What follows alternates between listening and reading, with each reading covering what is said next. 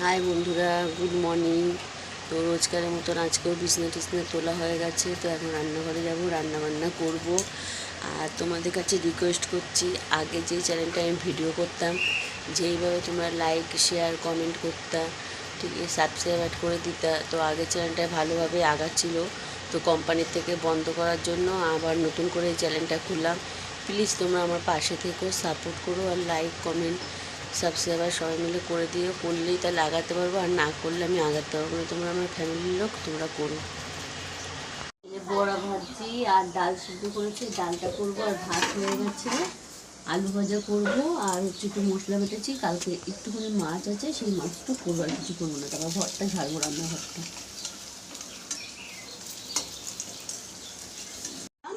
এখন এই পরোটা করব, আর আজকে রান্নাঘর ঝেড়েছি, ওর জন্য বেশি ভিডিও করতে পারিনি, কম ভিডিও করেছি, কেননা রান্নাঘর ঝেড়েছি তো ওই মোমেন্টটা দেখায়নি। তার মধ্যে বৃষ্টি হচ্ছিল।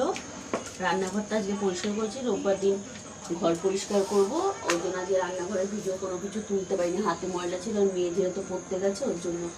আর তোমরা পাশে থেকো, লাইক করো, কমেন্ট করো, আর সাবস্ক্রাইবও একটা করে করো প্লিজ। আগের ভিডিওতে তোমরা যেমন পাশে ছিলে, আবার নতুন করে যেহেতু চ্যানেলটা বন্ধ হয়ে গেছে, আবার নতুন করে খুলেছি, প্লিজ তোমরা পাশে থেকো। তোমরা পাশে থাকলে আমি আগাতে পারবো।